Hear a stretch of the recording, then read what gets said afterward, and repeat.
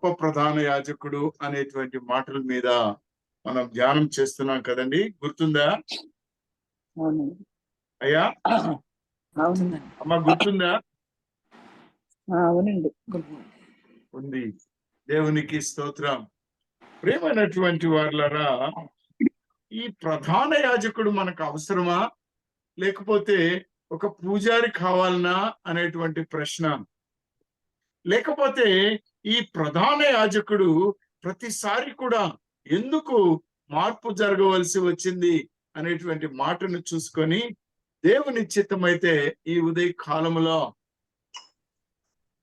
గొప్ప ప్రధాన యాజకుని మార్పు వలన యాజక ధర్మము మారింది.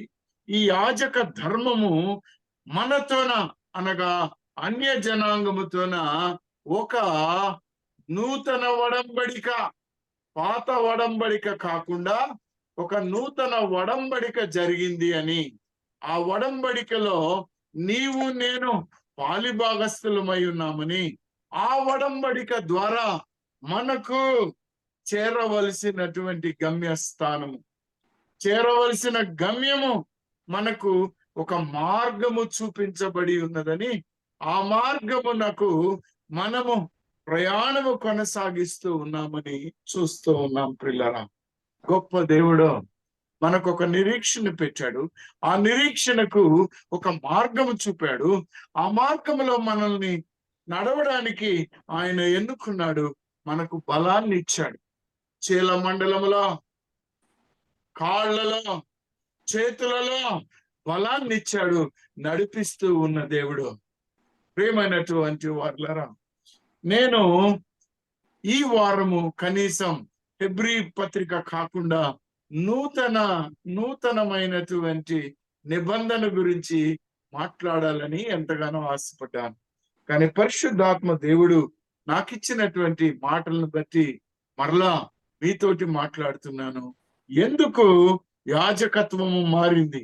ఈ యాజకత్వం మారడం వలన మనకు ఏ ధన్యత కలిగింది? ఈ ధన్యత వలన మనం ఏమి చేయాలి?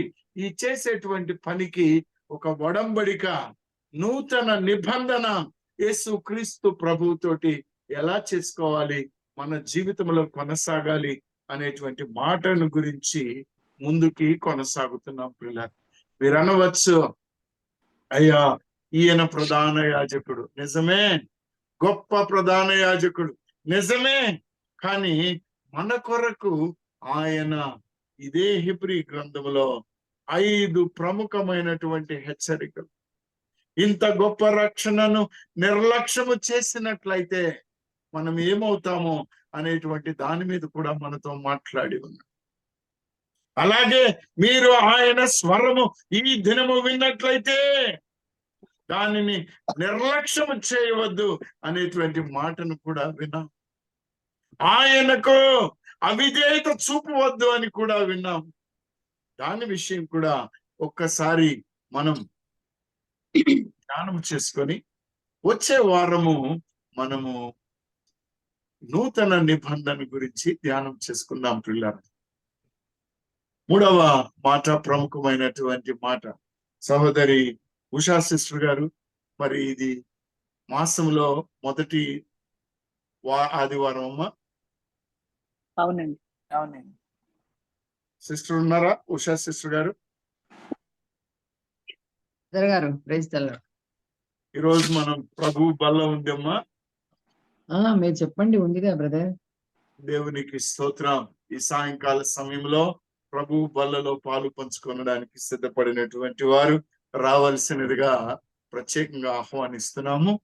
దేవుడు ఈ కార్యక్రమం జయప్రదం చేయను గాక. సరే తండ్రి, హెబ్రీయులకు రాసిన పత్రిక 7వ అధ్యాయము 23వ వచనం నుండి ఒకసారి చదువుకుందామమ్మా. హెబ్రీయులకు రాసిన పత్రిక 7వ అధ్యాయము 23వ వచనం. అవును తండ్రి. మరియు యాజకులు మరణము పొందుట చేత ఎల్లప్పుడూ ఉండ సాధ్యము కానందున అనేకులైరి, కాని ఈయన నిరంతరము ఉన్నవాడు కనుక మార్పులేని యాజకత్వము కలిగిన వాడాయను. ఈయన తన ద్వారా దేవుని యొద్దకు వచ్చి వారి పక్షమున విజ్ఞాపన చేయుటకు నిరంతరము జీవించుచున్నాడు కనుక వారిని సంపూర్ణముగా రక్షించుటకు శక్తిమంతుడై ఉన్నాడు. ఆమేన్. చదువునాను ఇంకా. పవిత్రుడును నిర్దోషిను నిష్కల్మషుడు పాపులలో చేరక ప్రత్యేకముగా ఉన్నవాడును ఆకాశ మండలము కంటే మిక్కిలి హెచ్చైన వాడునైనా ఇట్టి ప్రధాన యాజకుడు మనకు సరిపోయిన వాడు. ధర్మశాస్త్రము బలహీనత గల మనుషుల్ని యాజకులుగా నియమించును గాని ధర్మశాస్త్రమునకు తర్వాత వచ్చిన ప్రమాణపూర్వకమైన వాక్యము నిరంతరమును సంపూర్ణ సిద్ధి పొందిన కుమారుని నియమించను కనుక ఈయన ఆ ప్రధాన యాజకుని వలె మొదట తన సొంత పాపముల కొరకు తర్వాత ప్రజల పాపముల కొరకును దినదినము బలులను అర్పించవలసిన అవసరము గలవాడు కాడు. తన్ను తాను అర్పించుకున్నప్పుడు ఒక్కసారే ఈ పని చేసి ముగించెను. ఆమేన్. చదువు తల్లి, కంటిన్యూ చేయమ్మా. 2 వచనాలు ఇక్కడ కూడా.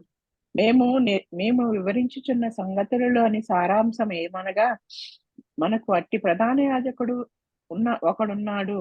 ఆయన పరిశుద్ధాలయమునకు అనగా మనుష్యుడు కాక ప్రభువే స్థాపించిన నిజమైన గుడారమునకు పరిచారకుడై ఉండి పరలోకమందు మహామహుని సింహాసనమునకు కుడిపార్శ్వమున ఆసీనుడాయను. ప్రతి ప్రధాన యాజకుడు అర్పణలను బలులను అర్పించుటకు నియమింపబడును. అందుచేత అర్పించుటకు ఈయనకు ఏమైనా ఉండుట అవశ్యము.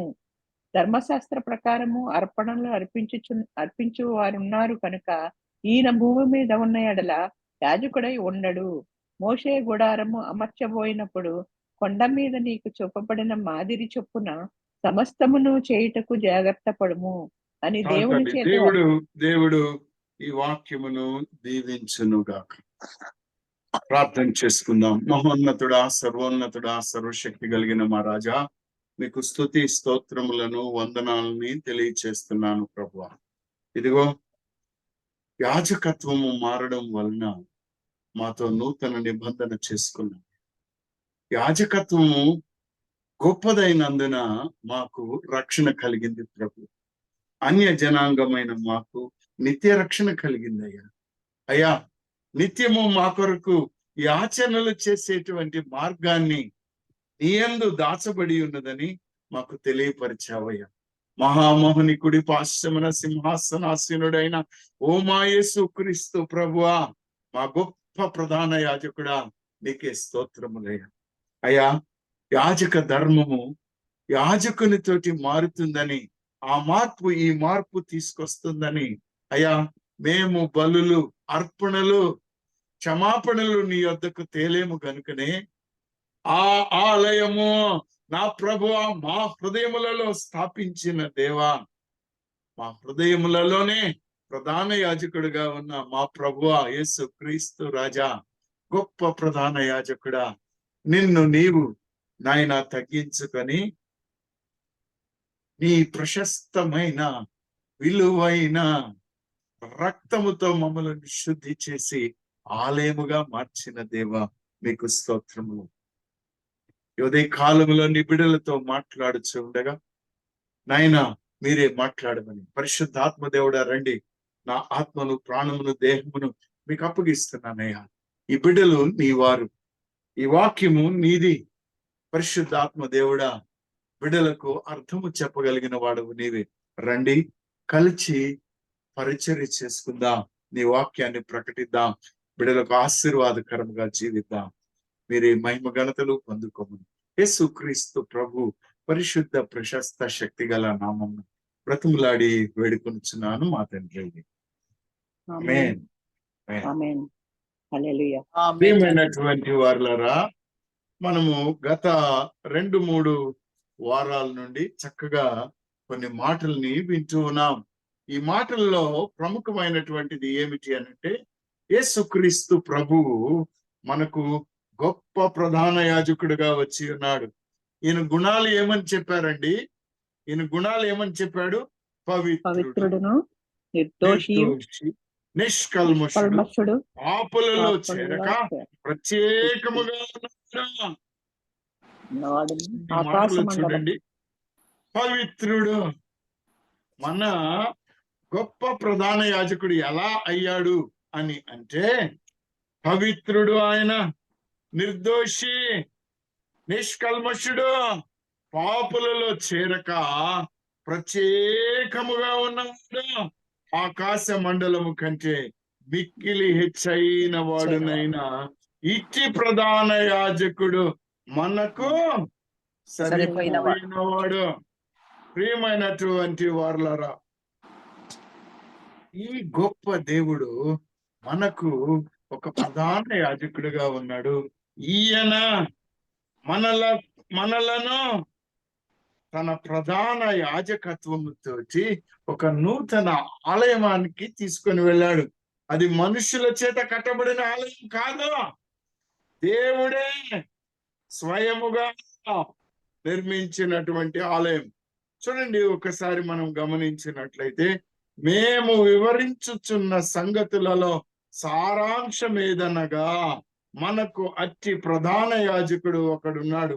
ఆయన పరిశుద్ధాలయమున అనగా మనుష్యుడు కాక ప్రభువే స్థాపించిన నిజమైన గుడారమునకు పరిచారకుడై ఉండి పరలోకమందు మహామహుని సింహాసనము నాకు కుడి పార్శ్వమున ఆసీనుడయ్యను.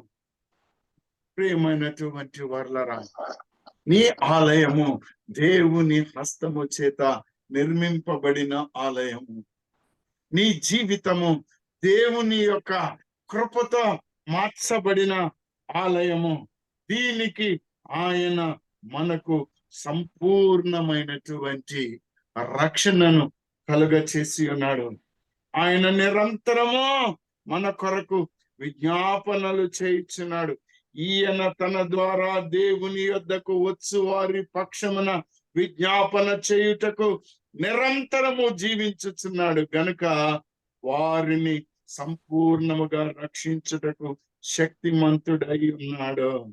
సంపూర్ణ రక్షణ అది ఆయన శక్తితోనే కుదురుతుంది. ప్రియులరా, మరి నీవు నేను పొందినటువంటి ఈ ధన్యత ఎలా కలిగింది మనకు?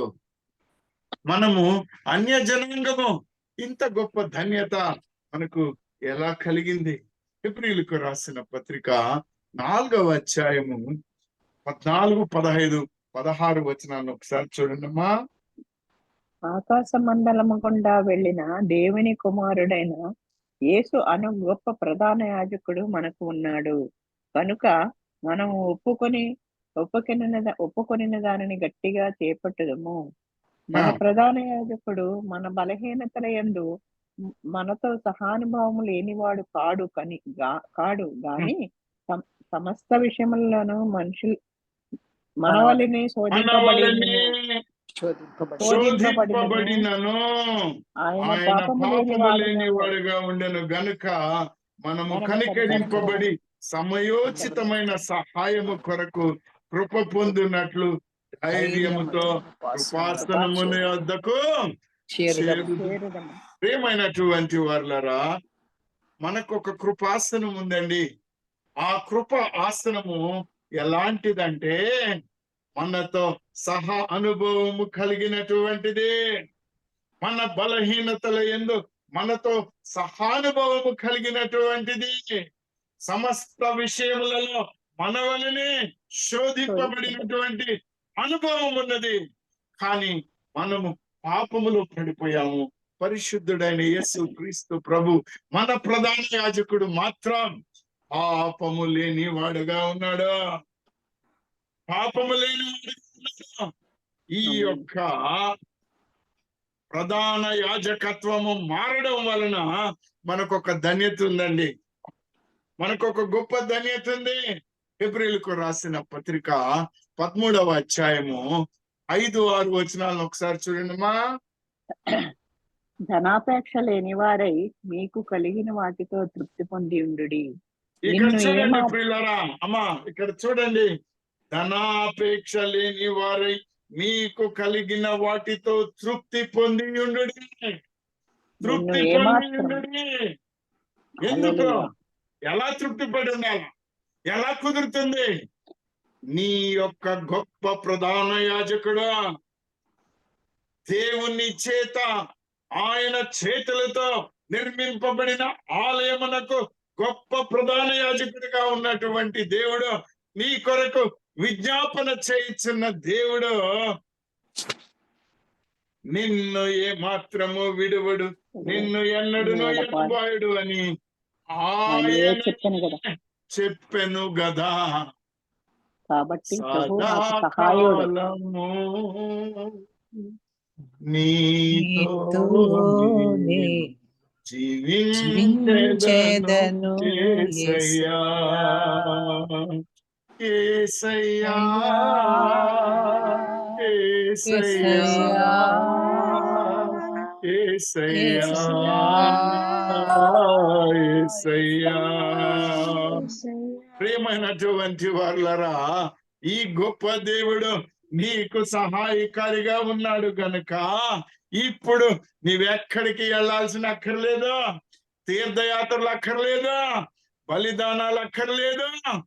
కేవలం నీ హృదయాన్ని ఆయనకు ఇవ్వు, నీ హృదయములో ఆయనకు స్థానమివ్వు, నీ హృదయ ఆలయములో ఆయనను ప్రతిష్ఠించుకో. అప్పుడు నీవు ఏ కొదవ లేకుండా జీవించగలుగుతావు.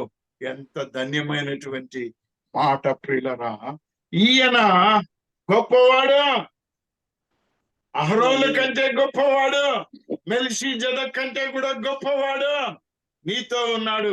మరి నీవు ఈయనతో ఒక నిబంధన చేసుకోవడానికి సిద్ధంగా ఉన్నావా లేవా? నిన్ను నీవు ఒక్కసారి యోచించుకోమని మనవి చేస్తున్నాను.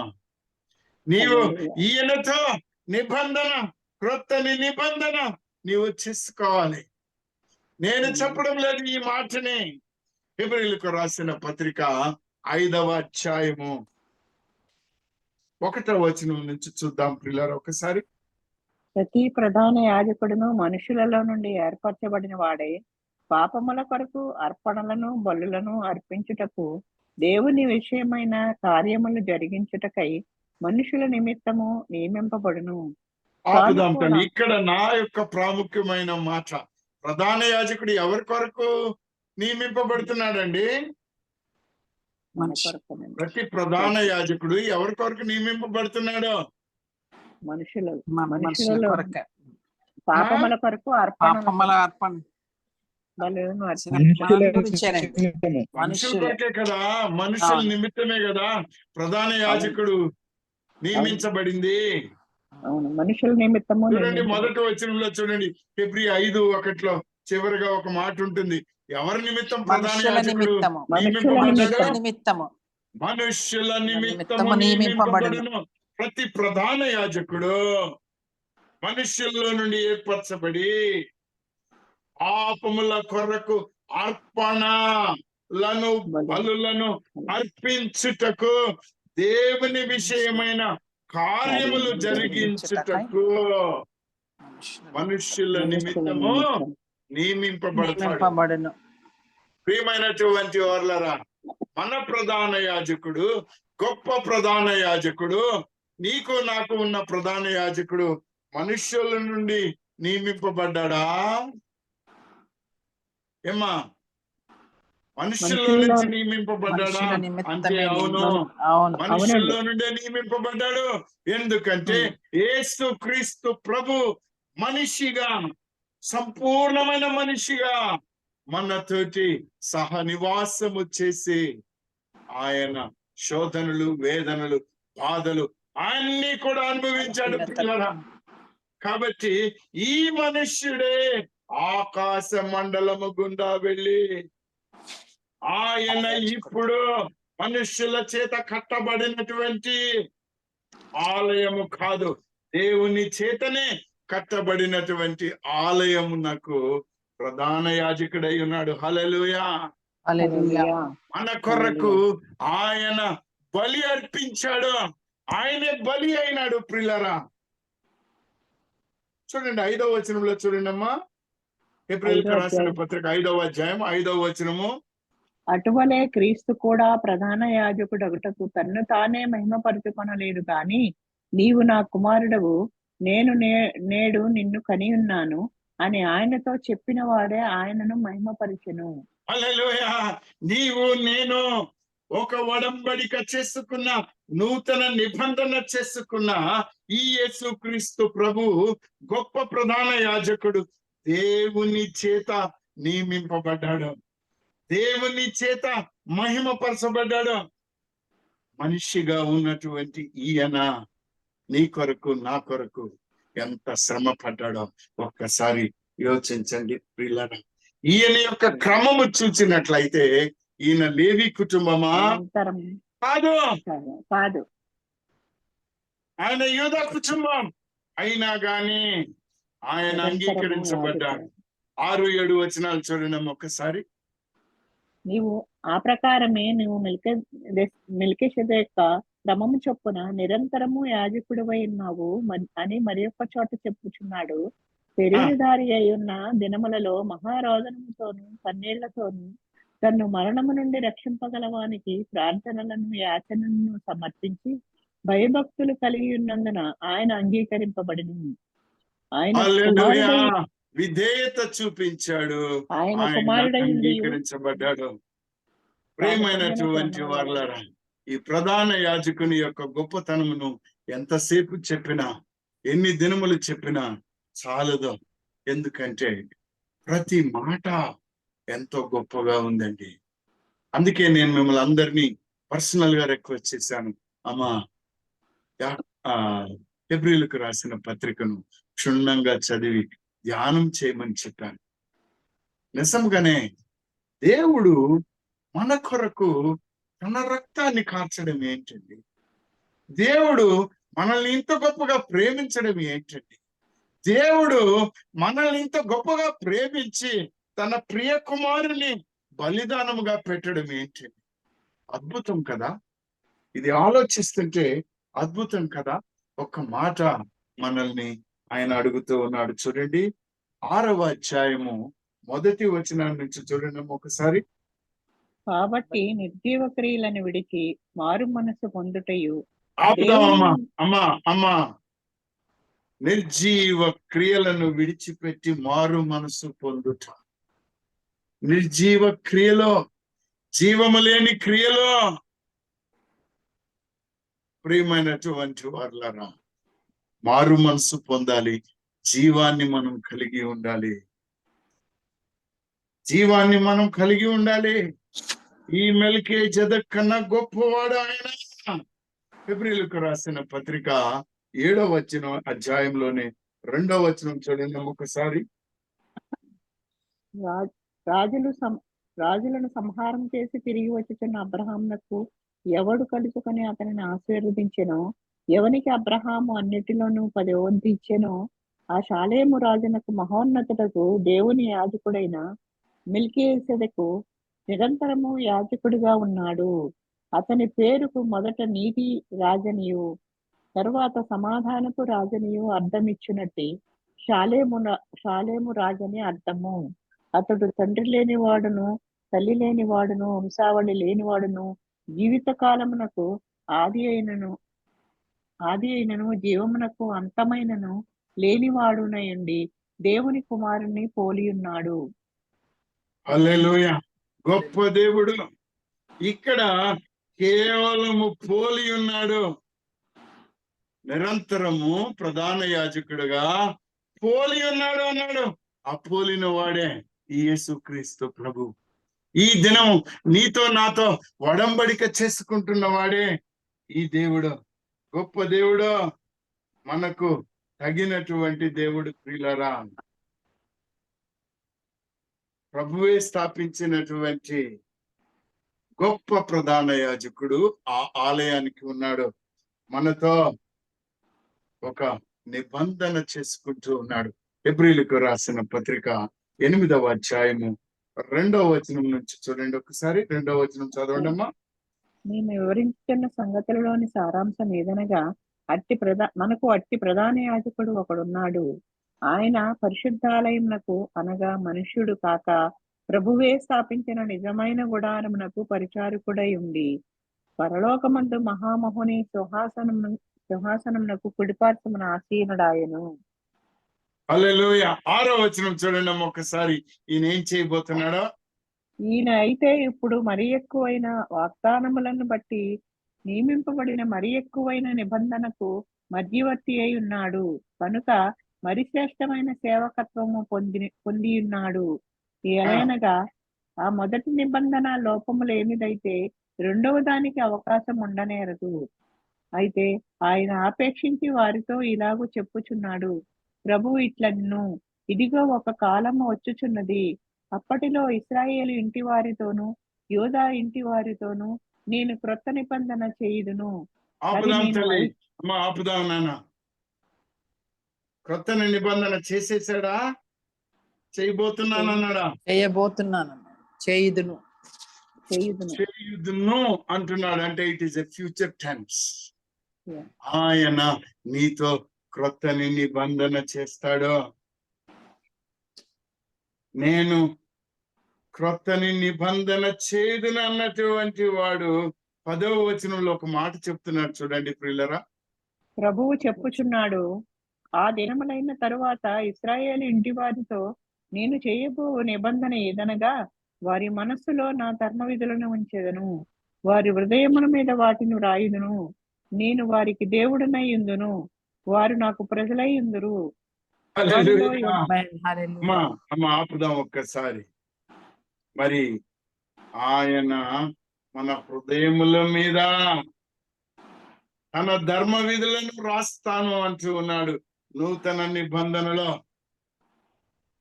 మనకు దేవుడు అని అన్నారు, మనల్ని తన ప్రజలు అని అన్నారు ప్రియులారా. ఎంత మంచి మాటో.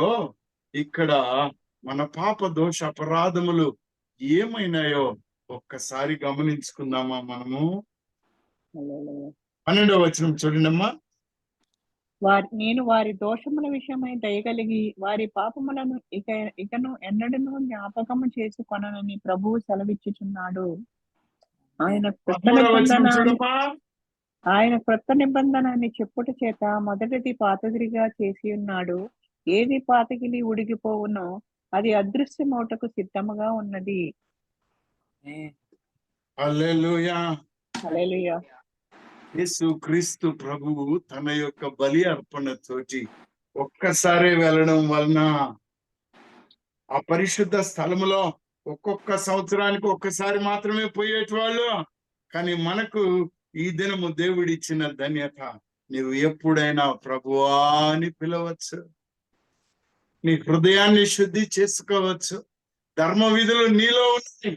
ఆయన నిన్ను దీవించాడండి, ఆయన ఘనపరిచాడండి.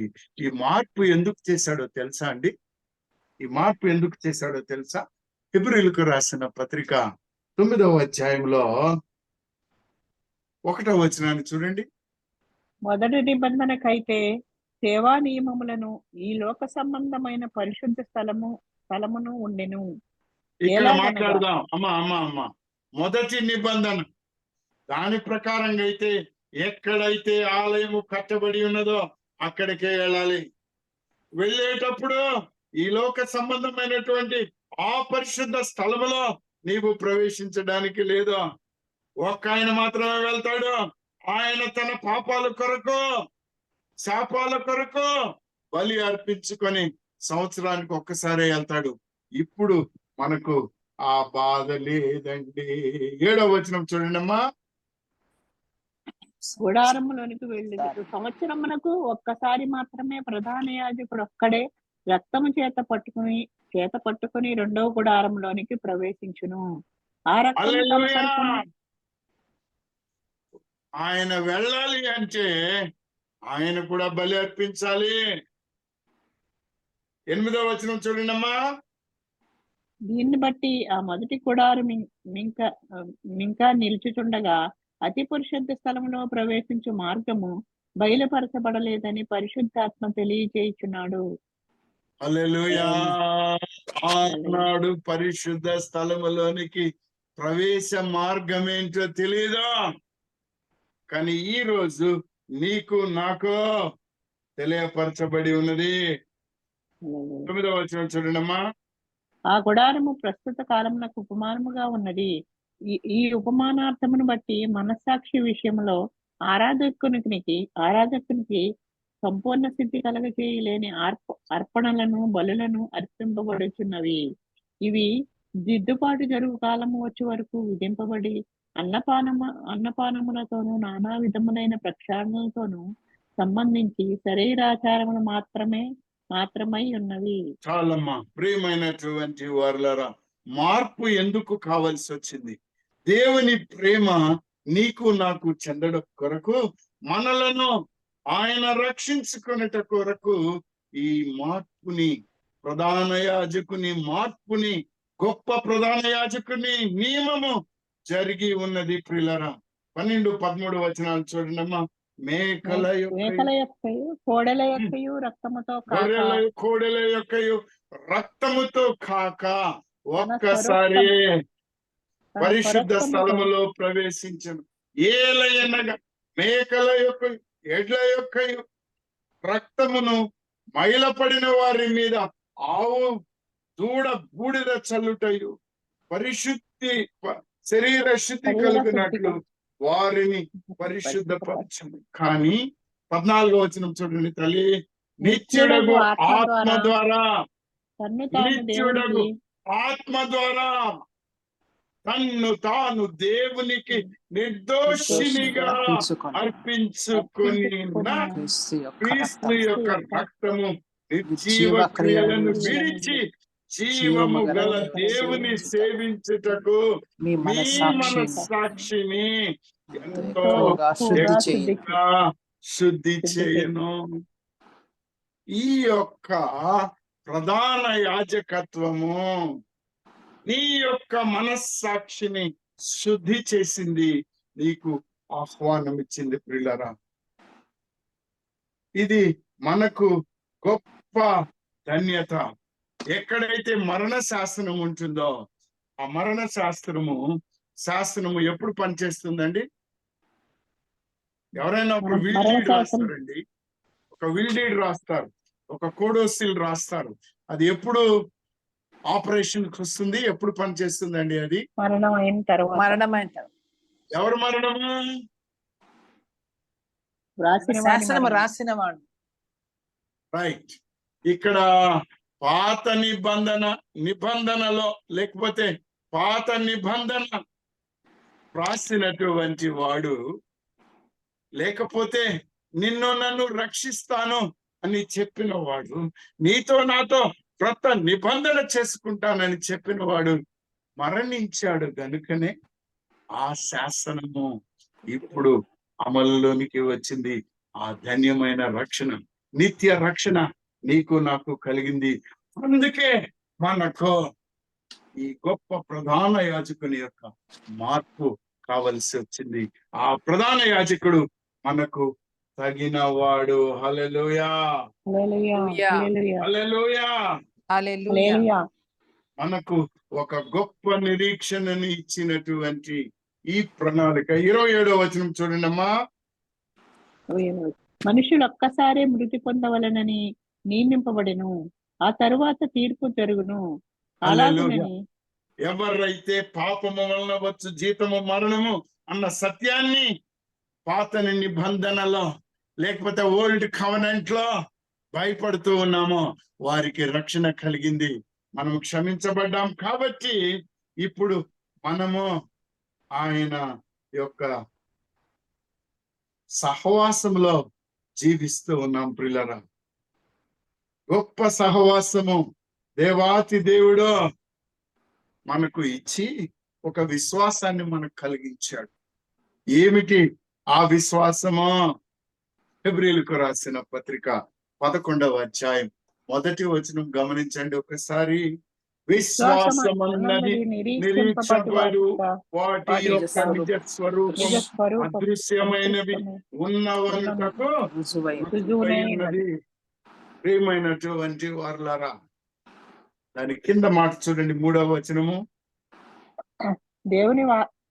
దాన్ని బట్టి ప్రపంచములో దేవుని వాక్యము వలన నిర్మాణమైనమనియు ఆ, అందును బట్టి దృశ్యమైనది కనబడేటు పదార్థములచే నిర్మింపబడలేదనియు విశ్వాసము చేత గ్రహించుకొనుచున్నాము. హల్లెలూయా. నీవు నేను విశ్వాసముతో ఆయన యందు జీవిస్తున్నాం. 6వ వచనం చూడండి అమ్మా. విశ్వాసము లేకుండా దేవునికి ఇష్టడై ఉండుట అసాధ్యము. దేవుని యొద్దకు విశ్వాసము వచ్చేవాడు లేకుండా దేవునికి ఇష్టడై ఉండుట అసాధ్యము. అసాధ్యము. దేవుని యొద్దకు యొద్దకు వచ్చేవాడు ఆయన ఉన్నాడనియు తన్ను వెదుకు వారికి ఫలము దయచేయువాడనియు నమ్మవలెను కదా. ఆ నమ్మకం కలిగి ఉన్న వాళ్ళందరూ ఒకసారి హల్లెలూయా చెప్తారా? హల్లెలూయా, యాజకుడు హల్లెలూయా, మనకు ఒక హల్లెలూయా. నిరీక్షణ ఇచ్చున్నాడు, మనకు ఒక విశ్వాసాన్ని కలుగ చేసి ఉన్నాడు. గొప్ప దేవుడు మనలను 16వ వచనం చూడండి ఒకసారి. అయితే వారు మరి శ్రేష్టమైన దేశమును అనగా పరలోక సంబంధమైన దేశమును కోరుచున్నారు. అందుచేత తాను వారి దేవుడినని అనిపించుకొనుటకు దేవుడు వారిని గూర్చి సిగ్గుపడడు. ఏలయనగా ఆయన వారి కొరకు ఒక పట్టణము సిద్ధపరిచి ఉన్నాడు. హల్లెలూయా. నీ నిరీక్షణ ఈ కొత్త పట్టణానికి చేరాలి. నీ యొక్క విశ్వాసము, నీ నిరీక్షణ నెరవేర్చడానికే నీకు ఒక క్రొత్త నిబంధన, నీకు ఒక క్రొత్త నిబంధన. ప్రియమైనటువంటి వారులారా, ఈ దినంలో మీరు అడగచ్చు, అయ్యా నేను ఎంతో బాధపడుతున్నానయ్యా, అయ్యా దేవుని నమ్ముకున్నందుకు ఎంతో శిక్షణ అనుభవిస్తున్నానయ్యా. ప్రియమైన వారులారా, నీ ప్రయాణము గొప్పది, నీ యొక్క గమ్య స్థానము గొప్పది.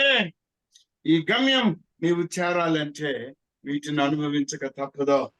హెబ్రీయులకు రాసిన పత్రిక 12వ అధ్యాయం 10వ వచనం చూడండి ఒకసారి. వారు కొన్ని దినముల మట్టుకు తమకిష్టం వచ్చినట్లు మనల్ని శిక్షించిరి, కానీ మనము తన పరిశుద్ధతలో పాలు పొందవలనని మన మేలు కొరకే ఆయన శిక్షించుచున్నాడు. చాలు. ఎవరి మేలు కొరకు? మన మేలు కొరకే. మన మేలు కొరకే. ప్రియమైనటువంటి వారులారా, 12వ వచనం చూడండి. ఈ ప్రయాణానికి నీకేం కావాలో దేవుని చిత్తమైతే మరొకసారి దీన్ని విశదంగా మాట్లాడదాం. కాబట్టి వడలిన చేతులను కాళ్ళను బలపరచుడే, మరియు కుంటికాలు బెనకక బాగుపడు నిమిత్తము మీ పాదములకు మార్గములను సరళము చేసుకొనుడి. అందరితో సమాధానమును పరిశుద్ధతయు కలిగి ఉండుటకు ప్రయత్నించుడి. పరిశుద్ధత లేకుండా ఎవడును ప్రభువుని చూడుడా. యేసుక్రీస్తు ప్రభువు సడలిన చేతులను, సడలిన మోకాళ్ళను సుందర్రావు గారికి ఇప్పుడే బలపరచునుగాక. ఆమేన్. హల్లెలూయా. ప్రియమైనటువంటి వారులారా, మరి ఎవరైనా ఉన్నారేమో నాకు తెలియదు, కానీ దేవాతి దేవుడు నీ కొరకు నా కొరకు గొప్ప ఆశీర్వాదాలని మనకి ఇచ్చి ఉన్నాడయ్యా. 15వ వచనం చూడండి. 13వ అధ్యాయంలో ఒక మాట ఉంటుంది. ఆయన నీ దగ్గర నుంచి కోరుతున్నది ఏమిటి? కాబట్టి ఆయన ద్వారా మనము దేవుని ఎల్లప్పుడూ స్తుతియాగము చేయుదము, అనగా ఎల్లప్పుడూ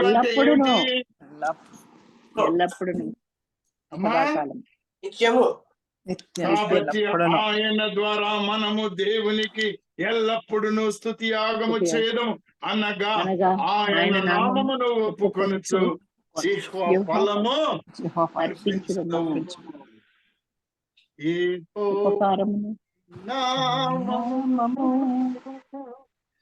ఎంతో బలమైనది, ఎంతో బలమైనది. యెహోవా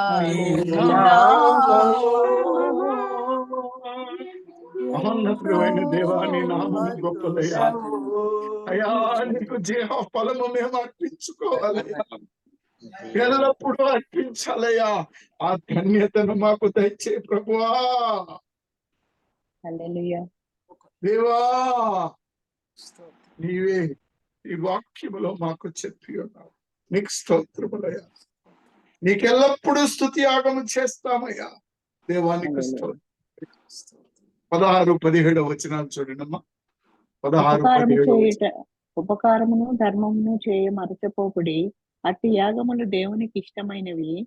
మీ పైన నాయకులుగా ఉన్నవారు లెక్క ఒప్పజెప్పవలసిన వారి వలె మీ ఆత్మలను కాయిచున్నారు.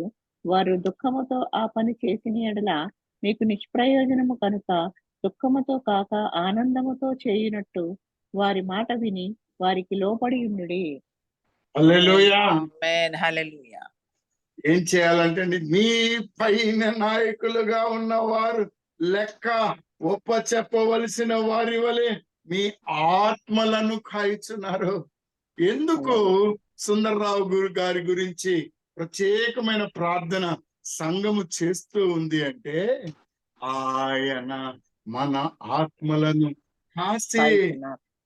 మన విషయముగా ప్రార్థన చేసి యోగ్యతను మనకిచ్చి మంచి మనస్సాక్షిని మనలో పుట్టించి పెంచినాడు గనుక మనకు దేవుడు ఒక నిత్య నిబంధనను చేసి ఉన్నాడండి. దేవుని చిత్తమైతే 20వ వచనం చూడండి అమ్మ ఒకసారి. గొర్రెల గొప్ప కాపరి అయిన యేసు అను మన ప్రభువును నిత్యమైన నిబంధన సంబంధముకు రక్తమును బట్టి మృతులలో నుండి లేపిన సమాధానకర్తయగు దేవుడు యేసుక్రీస్తు ద్వారా తన దృష్టికి అనుకూలమైన దానిని మనలో జరిగించుచు ప్రతి మంచి విషయములోను తన చిత్త ప్రకారము చేయుటకు మిమ్మును సిద్ధపరచునుగాక. మిమ్మును సిద్ధపరచునుగాక. ప్రియమైనటువంటి వారులను మిమ్మల్ని పిలిచిన దేవుడు ఒక 5 ప్రత్యేకమైనటువంటి హెచ్చరికలను చేశాడండి. ఈ 5 హెచ్చరికల్ని మీకు తెలియపరిచి నూతన నిబంధనలోనికి వెళుతున్నటువంటి మనం ఈ ఉదయ కాలంలో మాట్లాడుకున్నట్లుగా దేవుని యొక్క పరిశుద్ధ బలలో పాలు పంచుకుంటున్నాం కాబట్టి హెచ్చరికలుగా మీతో మాట్లాడుతున్నాను. మొదటి హెచ్చరిక, ప్రముఖమైనటువంటి హెచ్చరిక ఏమిటి అని అంటే 2వ అధ్యాయము హెబ్రీయులకు రాసిన పత్రిక మొదటి 4 వచనాలను చూడండి. మొదటి 4 వచనం. కాబట్టి మనము వినిన సంగతులను విడిచిపెట్టి కొట్టుకొని పోకుండునట్లు వాటి యందు మరి విశేష జాగ్రత్త కలిగి ఉండవలెను. ఆపుదాం తల్లి. అమ్మా ఆపుదాం. వినిన సంగతులను విడిచిపెట్టి కొట్టుకొని పోకుండునట్లు వాటి యందు మరి విశేష జాగ్రత్త కలిగి ఉండవలెను. విశేష జాగ్రత్త. ప్రియమైనటువంటి వారులారా, ఎందుకు అని అంటే ఆయన మన కొరకు ఆయన గొప్ప మాటలని మనకు దయచేసి ఉన్నాడు. 2వ వచనం ఎందుకనగా దేవదూతల ద్వారా పలుకబడిన వాక్యము స్థిరపరచబడినందున ప్రతి అతిక్రమను అవిధేయతను న్యాయమైన ప్రతిఫలము పొంది ఉండగా ఇంత గొప్ప రక్షణను మనము నిర్లక్ష్యము చేసిన ఎడల ఎలాగూ తప్పించుకుందము. అట్టి గొప్ప రక్షణను మనము నిర్లక్ష్యము చేసిన ఎడల ఎలాగూ తప్పించుకుందము. అట్టి రక్షణ ప్రభువు బోధించుట చేత ఆరంభమై మనకు దేవుడు తన చిత్తానుసారముగా సూచక క్రియల చేతను, మహత్కార్యముల చేతను, నానా విధములైన అద్భుతముల చేతను, వివిధములైన పరిశుద్ధాత్మ వరములను అనుగ్రహించుట చేతను వారితో కూడా సాక్ష్యం ఇచ్చుకుండగా వినిన వారి చేత మనకు దృఢపరచబడెను. ప్రియమైన వారులారా, ఈ రక్షణ నిర్లక్ష్యం చేయడం అంటే యేసుక్రీస్తు ప్రభువుని పక్కకు పెట్టడం, పాప జీవితంలో జీవించడం, తప్పుడు మార్గంలో, వంకర మార్గంలో, నిర్జీవ క్రియలలో బ్రతకడమో అది చేయడానికి లేదు. రెండవ హెచ్చరిక 3వ అధ్యాయము హెబ్రీయులకు రాసిన పత్రిక 8వ వచనంలో ఒక మాట చెప్తారు చూడండి. 3:8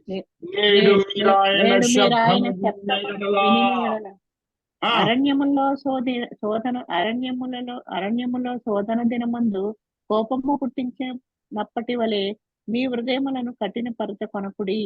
ఈ హృదయములను కఠినపరచుకొనకుడి. 40 సంవత్సరములకు చాలు నా తల్లి. కార్యం ఎందుకు కఠినపరచకూడదు అని అంటే 4వ అధ్యాయము హెబ్రీ పత్రిక మొదటి 2 వచనాలు చూడండి. ఆయన యొక్క విశ్రాంతిలో ప్రవేశించుదమను వాగ్దానము ఇంకా నిలిచి ఉండగా మీలో ఎవడైనను ఒకవేళ ఆ వాగ్దానము పొందకుండా తప్పిపోవునేమో అని భయము కలిగి ఉందము. వారికి ప్రకటింపబడినట్లు చాలు తల్లి, ప్రియమైనటువంటి వారులారా, ఆయన యొక్క వాగ్దాన విశ్రాంతి మనకున్నది. ఆ విశ్రాంతిలోనికి ప్రవేశించాలి. ఆయన గొప్ప దేవుడు, నిన్ను నన్ను ప్రేమించిన దేవుడు, పిలుచుచున్న దేవుడు. ప్రియులరా, 3వ మాట చెప్తూ ఉన్నాడు, 3వ హెచ్చరిక తెలియచేస్తున్నాడు. 5వ అధ్యాయము హెబ్రీలకు రాసిన పత్రిక 11, 12 వచనాలు చూడండి ఒకసారి. 3వ హెచ్చరిక. ఇందును గూర్చి మేము చెప్పవలసినవి అనేక సంగతులు ఉన్నవి, కానీ మీరు వినుటకు మందులైనందున వాటిని విసితపరచుట కష్టము. కాలమును బట్టి చూచితే మీరు బోధకులుగా ఉండవలసిన వారై ఉండగా దేవోక్తులతో మొదటి మూల పాఠములను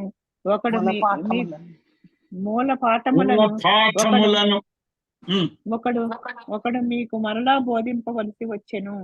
ప్రియమైనటువంటి వారులారా, నీవు ఏ స్థితిలో ఉన్నావో, బాల్యంలో ఉన్నావా, యవ్వనంలో ఉన్నావా, వృద్ధాప్యంలో ఉన్నావా, వాక్యానుసారంగా నీవు పరీక్షించుకోవడానికి ఇది ఒక అవకాశం. ప్రియులరా, 3వ హెచ్చరిక, నీవు ఆయనను ఎరిగి ఉన్నావా లేదా?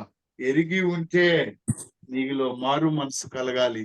అదే 6వ అధ్యాయం హెబ్రీల్లో చూసాం. కాబట్టి నిర్జీవ క్రియలను విడిచి మారు మనసు పొందాలి. దేవుని యొక్క కృపలో ఎదగాలి. మరి 4వ హెచ్చరిక ఏమై ఉన్నది? 10వ అధ్యాయం 26వ వచనం చూడండి. హెబ్రీలకు రాసిన పత్రిక 10వ అధ్యాయం 26వ వచనము. మనము సత్యమును గూర్చి అనుభవ జ్ఞానము పొందిన తర్వాత బుద్ధిపూర్వకముగా పాపము చేసిన ఎడల పాపమునకు బలి ఇకను ఉండదు, కానీ న్యాయపు తీర్పునకు భయముతో ఎదురు చూచుటయు విరోధులను దహింపబో తీక్షణమైన అగ్నియు ఇకను ఉండును. హల్లెలూయా. పాపమునకు మళ్ళా వెళ్తే ఎక్కడ ఏముంటుంది? మనకు పరలోక పట్టణం ఉంటుందా? అగ్ని ఉంటుందా? పాపము చేసిన వారికి అగ్ని ఉంటుందా? అగ్ని ఉంటుంది. మరి నీవు పట్టణాన్ని కోరుకుంటున్నావా, అగ్నిని కోరుకుంటున్నావా? ఆలోచించుకో. పగలని, కోపాలని, పాపాలని నీవు ఏం చేస్తున్నావో నాకు తెలియదు, కానీ 30వ వచనం చూడండి అమ్మా, ఏం చెప్తున్నాడు ఆయన? మనము నశించుట వెనుకటి వారము కాము, గాని ఆత్మను రక్షించుకొనుటకు విశ్వాసము కలిగిన వారమై ఉన్నాము. పగ తీర్చుట నా పని, నేను ప్రతిఫలమిచ్చుననియు మరియు ప్రభువు తన ప్రజలకు తీర్పు తీర్చును అనియు చెప్పిన వానిని ఎరుగుదుము కదా. జీవము గల దేవుని చేతిలో పడుట భయంకరము. ప్రియమైనటువంటి వారులారా, నీవు నేను పగలను విడిచిపెడదాం. నీవు నేను ఆయనకు అప్పగిద్దాం. ఆయనే నీకు ధన్యతనిస్తూ ఉన్నాడు. ప్రియులారా, చివరి 5వ హెచ్చరిక, ప్రముఖమైన హెచ్చరిక, 12వ అధ్యాయము హెబ్రీలకు రాసిన పత్రిక 25వ వచనం చూడండి ఒకసారి. మీకు బుద్ధి చెప్పుచున్న వానిని నిరాకరింపకుండునట్లు చూచుకొనిడి. వారు భూమి మీద నుండి బుద్ధి చెప్పిన వారిని నిరాకరించినప్పుడు తప్పించుకొనకపోయిన ఎడల పరలోకము నుండి బుద్ధి చెప్పుచున్న వారిని విసర్జించు మనము తప్పించుకొనకపోవట మరి నిశ్చయము కదా. తర్వాత ఏం చెప్తున్నాడు చూడండి. అప్పుడు ఆయన శబ్దము భూమిని చలింపచేసెను, కానీ ఇప్పుడు నేను ఇంకొకసారి భూమిని మాత్రమే కాక ఆకాశమును కూడా కూడా కంపింపచేస్తును. కంపింపచేతునని మాట ఇచ్చి పిల్లరా జాగ్రత్త. దేవుడు నీ నుంచి నా నుంచి కోరుకుంటున్నట్టు ఏమున్నాయండి? ఆయన నిన్ను మార్చాడు. 3 గొప్పతనాలు నీకు ఇచ్చాడు. గొప్ప ప్రధాన యాజకుడు. 13వ అధ్యాయం చూడండి, 20-21 ఇంతకు ముందు చదువుకున్నాం మనం. గొర్రెల గొప్ప కాపరి అయిన నిత్యమైన నిబంధన సంబంధమును రక్తమును బట్టి మృతుల్లో నుండి లేపిన సమాధానకర్తయగు దేవుడు యేసు క్రీస్తు ద్వారా తన దృష్టికి అనుకూలమైన దానిని మనలో ప్రతి మంచి విషయములోను తన చిత్త ప్రకారము చేయుటకు మిమ్మును సిద్ధపరచును. ఏమండి ఇందులో ఉన్న 3 గొప్పతనాలు చెప్పండి ఒకసారి. తన దృష్టికి అనుకూలమైన దాన్ని జరిగిస్తాడు. ప్రతి మంచి విషయంలో తన చిత్త ప్రకారము చేయడానికి నిన్ను నన్ను సిద్ధపరుస్తాడు. ఎప్పుడు ఆయన సిద్ధపరుస్తాడు నిన్ను? తన చిత్త ప్రకారం 13వ అధ్యాయము 15-16 వచనం చూడండి ప్రియులరా. కాబట్టి ఆయన ద్వారా మనము దేవునికి ఎల్లప్పుడూ త్యాగము చేయడము, అనగా ఎల్లప్పుడూ స్తుతియాగము చేయడము. హల్లెలూయా. అనగా ఆయన నామమును ఒప్పుకొనుచు అర్పించు ఉపకార ధర్మము చేయుట మరిచిపోకుడి. అట్టి యాగములో దేవునికి ఇష్టమైనటువంటి ప్రియమైనటువంటి వాళ్ళారా, మన జీవితంలో మనము తెలుసుకునవలసినది ఏమిటి అని అంటే, పాతని నిబంధన అయిపోయింది, క్రొత్తది వచ్చింది. ఈ క్రొత్తది నిన్ను నన్ను రక్షణలోకి నడిపిస్తుంది. ప్రియమైన వాళ్ళారా, దేవాతి దేవుడు నిన్ను నన్ను పిలిచాడు, మనల్ని పిలిచాడు. ఆయన పిలిచిన దేవుడు గొప్పవాడు. అహరోను క్రమంలో పిలువబడిన ఆ దేవుడు నీ హృదయాన్ని ఆలయముగా చేసుకున్నాడు, నీలో నివాసం ఉంటున్నాడు. పాపపు జోలికి వెళ్లకుండా పరిశుద్ధ జీవితాన్ని కలిగి మనము జీవించాలి ప్రియులారా. ఎందుకనంటే మన యొక్క గమ్యము ఎక్కడికో మనము చెప్పాము, తెలుసుకున్నాం ప్రియులారా. మనము వెళ్ళుచున్నటువంటి గమ్యము గొప్పది, మహా గొప్పది. ఆయన మన కొరకు, మన పాపములను క్షమించుట కొరకు ఆయన వచ్చి ఉన్నాడు ప్రియులారా. ఆయన వచ్చి ఉన్నాడు. ఆయన నిన్ను నన్ను ప్రేమించిన దేవుడు నీతో నాతో మాట్లాడుచూ ఉన్నాడు. ఒక్కసారి అర్పణ చేసి ఆయన గొప్ప పాప పరిహార బలిని ఇంక అవసరం లేదు అని మనకు చేసినటువంటి దేవుడు, నిన్ను నన్ను ఒక వాగ్దానం చేసిన దేవుడు నిరీక్షణ విషయంలో ఒక మాట చెప్తున్నాడు. ఆ దినము సమీపించుట మీరు చూచిన కొలది మరి ఎక్కువగా అలాగూ చేయొచ్చు.